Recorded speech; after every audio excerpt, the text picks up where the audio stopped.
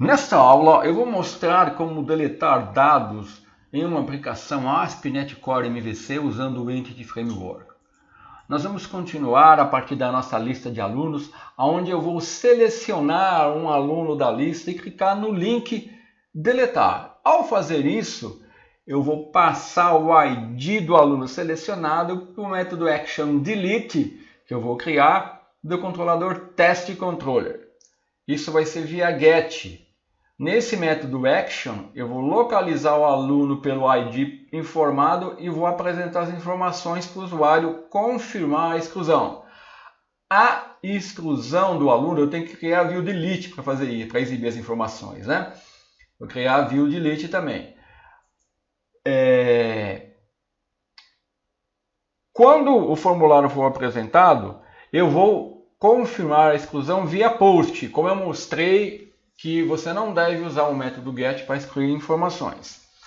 Aí, quando esse usuário confirmar, eu vou definir um método ActionDelete que vai receber o ID do aluno, da entidade que eu desejo excluir, e ele vai, usando o Entity Framework, vai marcar a entidade como para a exclusão usando o método remove do dbContest, e depois vai persistir as informações efetivamente excluindo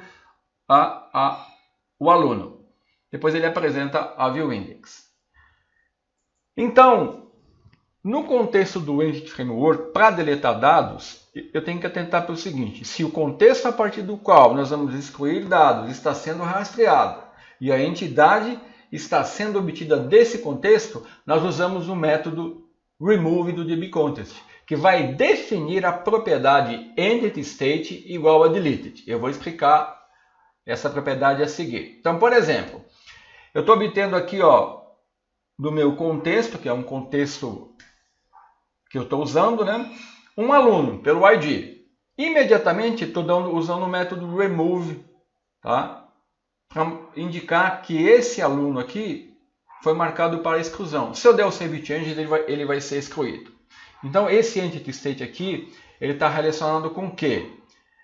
Ele funciona assim, então eu vou obter o aluno do contexto, marcar o aluno para exclusão e persistir as informações. E o EntityTest? O EntityTest é uma propriedade que faz parte do ciclo de vida de uma entidade. Durante o tempo de vida da entidade, enquanto ela existir lá no contexto, tá, ela possui um estado que é representado pela enumeração System Data Entity State. E ela tem os seguintes valores.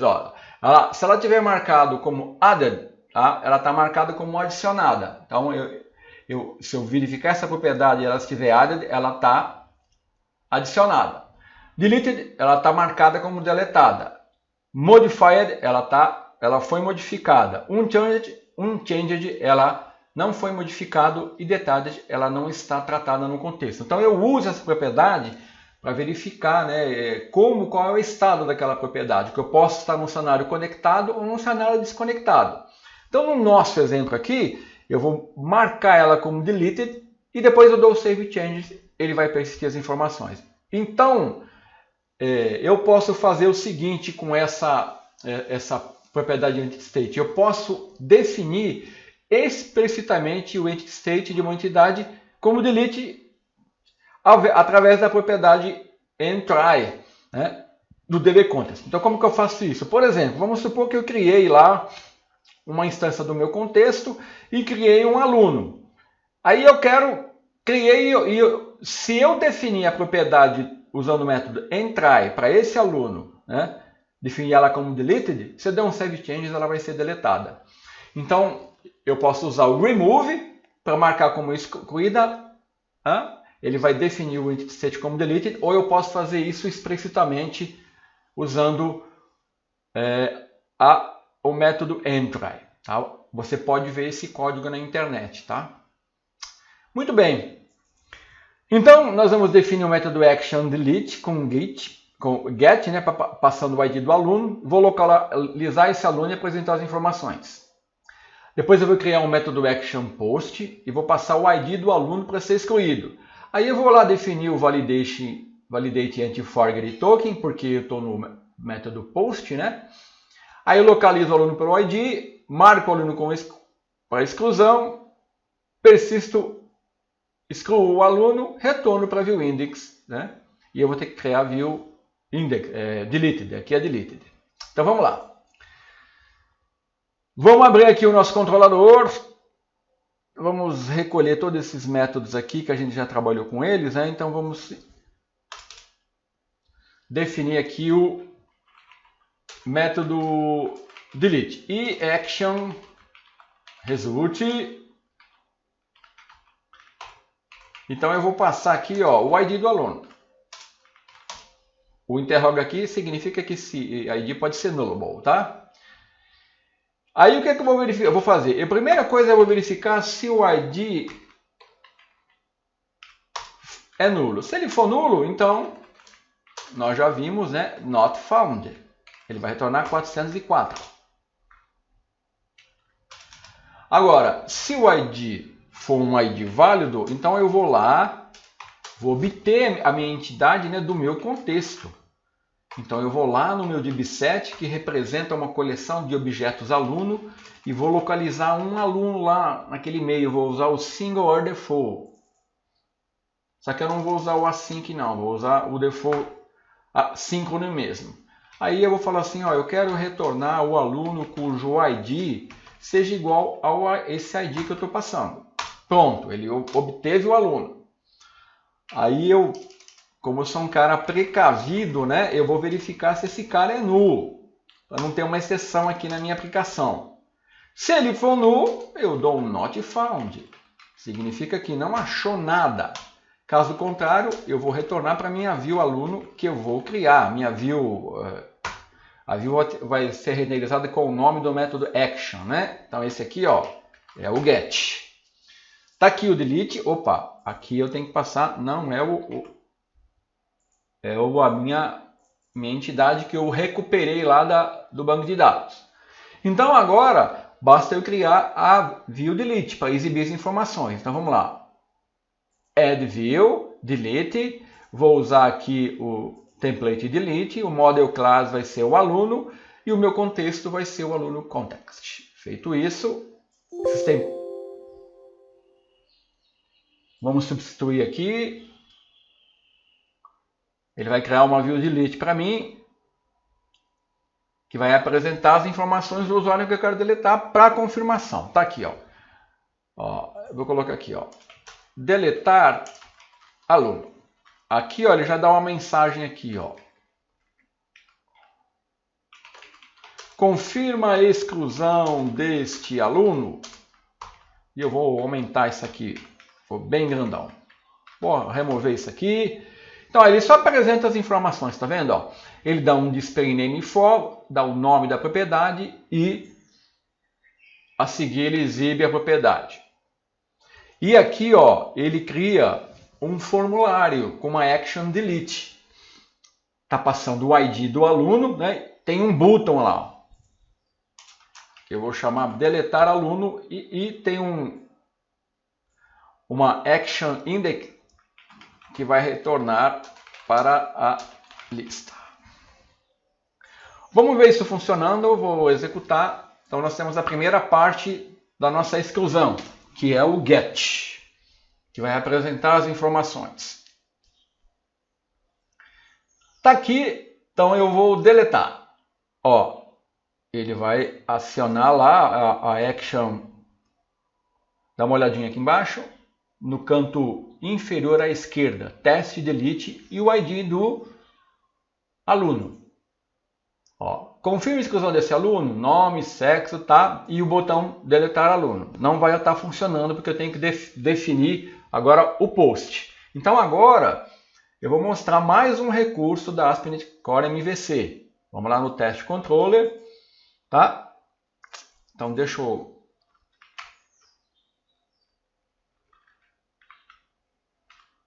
vim aqui, vamos subir um pouco aqui. Deixa eu recolher esse if aqui, para a gente ver o método. Então agora o que eu vou fazer? Eu tenho que passar, vou criar um método action, result, delete, tem que passar o ID do aluno. Tá? Eu vou fazer igualzinho eu fiz lá, tem que passar. Então aqui ele vai ser, a única diferença é que ele vai tratar o post. E ele vai usar o validate anti-forgery token. Tá? Agora, acontece um problema aqui comigo. Por quê? Olha só. Ó, eu tenho dois métodos action delete com a mesma assinatura.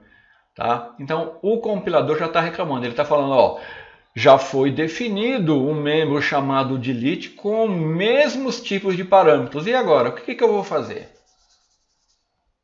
Bom, você falar, mudou o nome do método. Então, vamos lá. Delete confirma. Confirma. Beleza, resolvi o meu problema, né? Eu já não tenho mais aquela informação. Ele só está reclamando aqui que eu tenho que retornar uma view, né? Vou retornar uma view aqui, ó.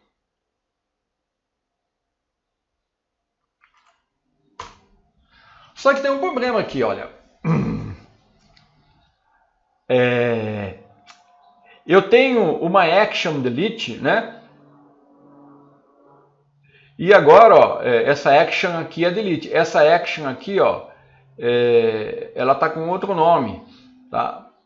Mas eu quero que lá na minha lista, ó, tá lembrado da lista? Vamos voltar aqui para o meu index. Tá vendo? Ó? Eu estou chamando action delete, não delete confirma. Então, como que eu faço? Como eu resolvo isso? Então, existe um recurso na ASP.NET Core que é o atributo action name. Esse atributo, eu posso colocar ele aqui junto com o HTTP post, eu vou colocar aqui. Então, eu vou chamar action name. E aqui, ó, o que ele faz? Ele permite... O que o action name faz? Ele é um filtro de ação que permite alterar o nome do método action. Tá? Então agora, do jeito que eu fiz aqui, ó, o método action, a qual esse método vai se reportar, é o método action delete, mesmo ele estando com esse nome. Eu vou ter que continuar tendo a view delete, tá? Porque ela está relacionada com o método. Então toda vez que houver um conflito, né, e esse cenário que for pertinente, você pode usar o action name. Ele vai permitir que você altere o nome do método action. Então, olha, eu estou falando que esse método delete confirma vai responder para o método action chamado delete. Então, eu tenho os dois métodos, né? Quando eu acionar quando eu postar as informações, tá? Ele vai estar para o action delete e a view delete. Eu só tenho uma view, que é a view delete que eu criei aqui, tá? Muito bem. Então, agora que eu fiz isso, né, o que eu tenho que fazer? Eu recebi o ID, eu tenho que procurar o ID pelo aluno, então eu vou ter que repetir essa busca aqui. Certo? Aí, já que eu obtive o aluno do contexto, eu já posso, então, ó, dar o remove. Se eu deixar assim, o aluno não vai ser excluído do banco de dados. Eu só marquei ele para exclusão. Para mim efetivar, eu tenho que ir no Entity Framework, dar o Save Changes. Save Changes seria que nem save, seria o commit, né? Seria o commit do Entity Framework. Aí fez isso, eu dou um return. Aqui eu dou um redirect to action.